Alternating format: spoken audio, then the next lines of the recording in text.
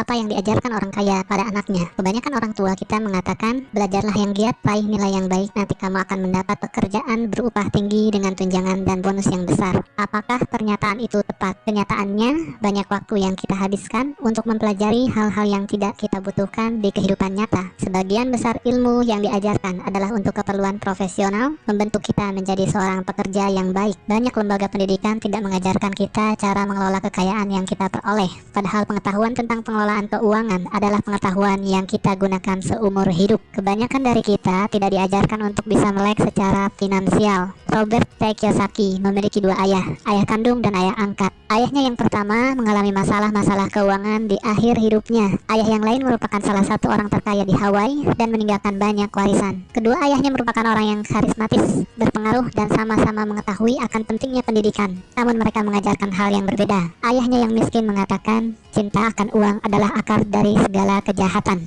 Ayahnya yang kaya mengatakan, kekurangan uang adalah akar segala kejahatan. Ayahnya yang miskin mengajari agar menjadi seorang yang pandai dan cerdik sehingga nantinya bisa bekerja di perusahaan besar. Ayahnya yang kaya mengajari agar memiliki perusahaan dan mempekerjakan orang yang pandai dan cerdik. Ayah yang miskin menyuruh untuk menabung. Ayah yang kaya menyuruh untuk berinvestasi. Saat kondisi sulit, ayahnya yang miskin mengatakan, saya tidak mampu mencapainya. Ayah yang kaya mengatakan, bagaimana agar saya mampu mencapainya? Ayah yang miskin mengajarkan kita agar bekerja untuk uang. Ayah yang kaya mengajari bahwa uanglah yang harusnya bekerja untuk kita.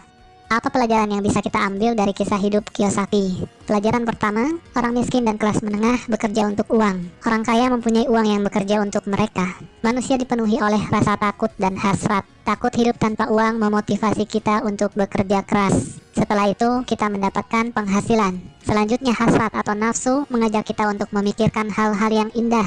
Handphone baru, televisi baru, kendaraan baru, liburan, bioskop, dan lainnya. Semakin besar pendapatan, maka semakin mewah keinginan seseorang dan semakin besar juga pengeluarannya. Ketakutan dan hasrat ini berlangsung terus hingga yang tersisa adalah tagihan cicilan dan berbagai hutang. Inilah yang disebut dengan rat race.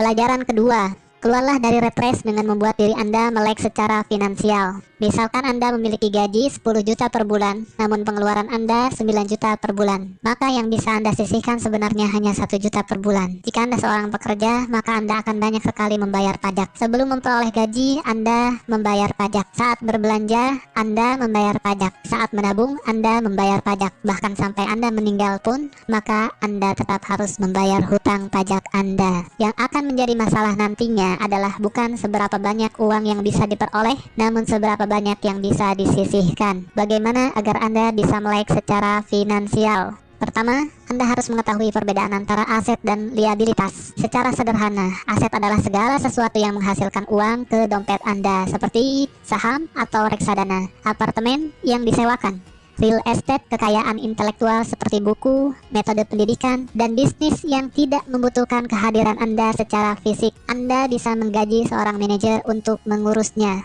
Liabilitas adalah segala sesuatu yang mengeluarkan uang dari dompet Anda. Contohnya adalah hutang kartu kredit, hutang sewa, televisi baru, handphone mewah, asuransi, dan lainnya. Orang miskin memiliki pengeluaran harian yang tinggi. Kelas menengah membeli liabilitas yang mereka pikir adalah aset, dan orang kaya membangun kumpulan aset yang kuat untuk menghasilkan pendapatan. Kelas menengah mendapati dirinya berada pada pergulatan keuangan yang terus-menerus. Pendapatan utama mereka adalah gaji. Semakin tinggi gajinya, maka semakin keras mereka bekerja dan pajaknya pun semakin tinggi. Pengeluaran juga meningkat seiring peningkatan gaji, sehingga istilah rat race menjadi cocok untuk mereka. Bukannya berinvestasi di aset sesungguhnya, kelas menengah malah memperlakukan rumah mereka sebagai aset utama. Orang kaya semakin kaya karena mereka terus mengumpulkan aset dan berinvestasi untuk menghasilkan pemasukan yang akan melebihi pengeluaran mereka sendiri. Lalu kenapa rumah bisa bukan merupakan aset, namun liabilitas? Orang bekerja dalam waktu yang panjang untuk membayar kredit rumah. Orang juga membayar untuk pajak rumah, pengeluaran untuk perawatan rumah, dan biaya lingkungan, telepon, listrik, PAM. Ditambah lagi, nilai bangunan rumah itu sendiri bisa terdepresiasi atau menurun dari waktu ke waktu. Anda akan banyak mengeluarkan uang untuk membayar cicilan dan perawatan rumah. Nasihat ayah kaya, bila Anda ingin membeli rumah, pertama kali Anda mesti mempunyai arus kas dari aset Anda. Aset ini yang akan menghasilkan uang, dan kemudian digunakan untuk membayar rumah yang Anda beli. Konsentrasikan usaha Anda untuk membeli aset-aset yang menghasilkan dan upayakan untuk menjaga liabilitas dan pengeluaran di tingkat yang serendah mungkin. Pelajaran ketiga, mulailah mengelola bisnis Anda sendiri. Anda bisa tetap bekerja di pekerjaan Anda sekarang, tapi mulailah berpikir untuk memiliki bisnis sendiri. Kiyosaki menjual mesin fotokopi dan mendapatkan pemasukan berdasarkan komisi dari perusahaan Xerox. Dengan penghasilannya ini, dia membeli real estate dan dalam waktu 3 tahun, real estate-nya sudah menghasilkan pemasukan yang jauh lebih besar dari gaji yang diterima dari Xerox. Dia tahu bahwa untuk keluar dari rat race dengan cepat, dia harus bekerja lebih keras dengan menjual mesin fotokopi lebih banyak lagi dan mulai membangun bisnisnya sendiri. Jangan membelanjakan semua gaji yang Anda dapat. Bangunlah portfolio aset. Saat aset Anda sudah menghasilkan pendapatan yang cukup, maka Anda boleh membelanjakannya. Kiyosaki kemudian keluar dari tempat kerjanya dan membangun bisnisnya sendiri secara penuh waktu. Pelajaran keempat, bayarlah diri Anda terlebih dahulu. Pajak pendapatan telah diterapkan kepada penduduk di Inggris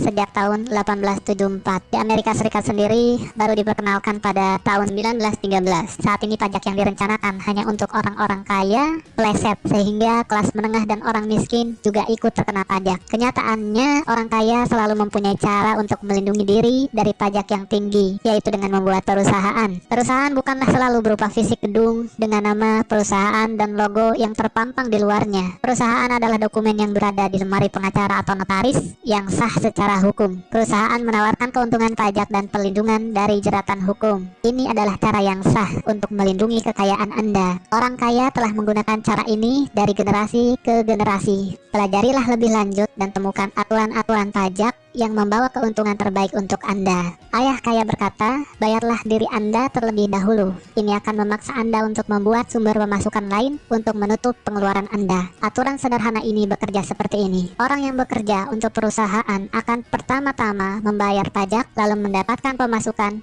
kemudian baru berbelanja. Sedangkan pemilik perusahaan akan terlebih dahulu memperoleh pemasukan, kemudian berbelanja, lalu membayar pajak. Para pekerja dipajaki terlebih dahulu, kemudian menggunakan apa yang tersisa. Sedangkan pemilik perusahaan menggunakan terlebih dahulu pendapatan dan membayar pajak berdasarkan apa yang tersisa. Lalu, apa yang penting dipelajari agar Anda melek finansial? Ada 4 ilmu utama yang penting untuk dipelajari. Yang pertama, akuntansi. Akuntansi membuat kita bisa membaca laporan keuangan. Pada saat meninjau suatu bisnis atau aset, Anda perlu secara cepat melihat catatan keuangan perusahaan yang sedang Anda tinjau. Banyak orang yang tidak tahu bagaimana menyeimbangkan neraca keuangan. Yang kedua adalah investasi. Keterampilan ini akan terasa dengan pengalaman. Bicaralah dengan para investor dan selidiki bagaimana cara mereka berinvestasi. Yang ketiga adalah perilaku pasar. Ketahuilah aturan penawaran dan permintaan. Tidak ada pemilik bisnis yang dapat melakukan bisnisnya tanpa memahami prinsip dasar dari pasar. Lihatlah berbagai kesempatan atau peluang bisnis. Lihat apa yang dijual dan siapa yang akan membelinya. Yang keempat adalah hukum. Kiyosaki merekomendasikan untuk melakukan segala yang berkaitan dengan pengembangan bisnis Anda dalam koridor bisnis yang legal. Ketahuilah hukum-hukum perusahaan, aturan lokal, dan aturan akuntansi yang berlaku. Pelajaran kelima, belajarlah untuk menjadi investor profesional. Ayah kaya menjelaskan bahwa ada 2 jenis investor. Yang pertama adalah pembeli paket investasi. Ini adalah investor yang menelepon retail outlet, perusahaan real estate, stockbroker, atau perencana keuangan dan menaruh uang Anda dalam portfolio investasi yang sudah ada. Cara ini merupakan cara tercepat dan praktis. Yang kedua adalah investor profesional. Rancang sendiri investasi Anda, lakukanlah penawaran aset-aset Anda, dan cari berbagai kemungkinan dari kesempatan yang ada. Ayah kaya sangat menganjurkan jenis investor ini. Anda perlu membangun 3 keterampilan dasar untuk menjadi investor jenis ini. Yang pertama adalah identifikasi kesempatan atau peluang yang dilewatkan oleh orang lain. Yang kedua, belajar bagaimana mengumpulkan uang atau modal. Yang ketiga, belajarlah mengelola orang-orang pandai di sekitar Anda. Belajar untuk mengidentifikasi hal yang menguntungkan Anda namun masih tersembunyi dalam negosiasi bisnis. Contohnya, bisnis yang sebenarnya dari McDonald bukanlah hamburger yang dijual, namun real estate yang nyaris gratis di bawah gedung franchise McDonald itu sendiri. Di setiap persimpangan yang ramai dalam kota di seluruh dunia, itulah kekayaan sebenarnya dari para pemilik franchise McDonald. Yang perlu diingat adalah, dalam setiap investasi selalu akan ada resiko. Anda harus belajar bagaimana caranya mengelola resiko tersebut dan bukan malah menghindarinya. Pelajaran keenam, bekerjalah untuk belajar, bukan untuk uang. Setelah lulus, Kiyosaki memutuskan untuk bergabung dengan Angkatan Udara. Dia belajar terbang dan dia menyukainya. Dia juga belajar memimpin pasukan, yang merupakan bagian terpenting dari pelatihan kepemimpinan. Selanjutnya dia bergabung dengan Xerox dan dia belajar untuk menghalau ketakutannya akan penolakan. Keharusan mengetuk pintu orang dan menjual mesin fotokopi membuatnya takut. Tak lama berselang, dia sudah menjadi salah satu dari 5 orang salesman terbaik di perusahaan itu. Beberapa tahun kemudian, dia adalah yang nomor 1.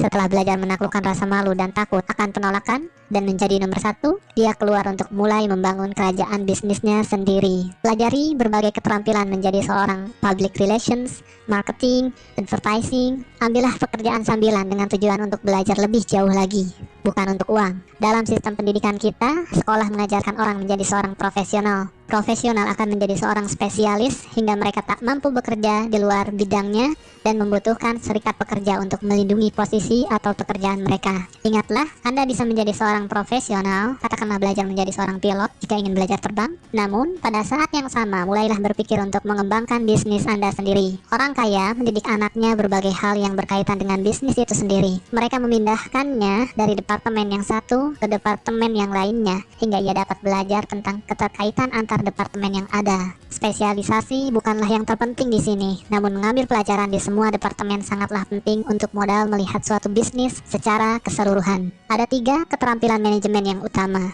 Yang pertama adalah manajemen arus kas, kedua adalah manajemen sistem, ketiga adalah manajemen sumber daya manusia. Jadi, apa saja yang kita pelajari? Yang pertama, orang miskin dan kelas menengah bekerja untuk uang. Orang kaya mempunyai uang yang bekerja untuk mereka. Yang kedua, keluarlah dari rat race dengan membuat diri Anda melek secara finansial. Yang ketiga, mulailah mengelola bisnis Anda sendiri. Yang keempat, bayarlah diri Anda terlebih dahulu. Yang kelima, belajarlah untuk menjadi investor profesional. Yang keenam, bekerjalah untuk belajar, bukan untuk uang. Ingatlah, pekerjaan adalah solusi jangka pendek untuk masalah keuangan jangka panjang Anda. Atasi hambatan Anda dan mulailah bertindak sekarang. Kenapa harus memanjat tangga karir di perusahaan bila Anda bisa memiliki tangganya sekalian?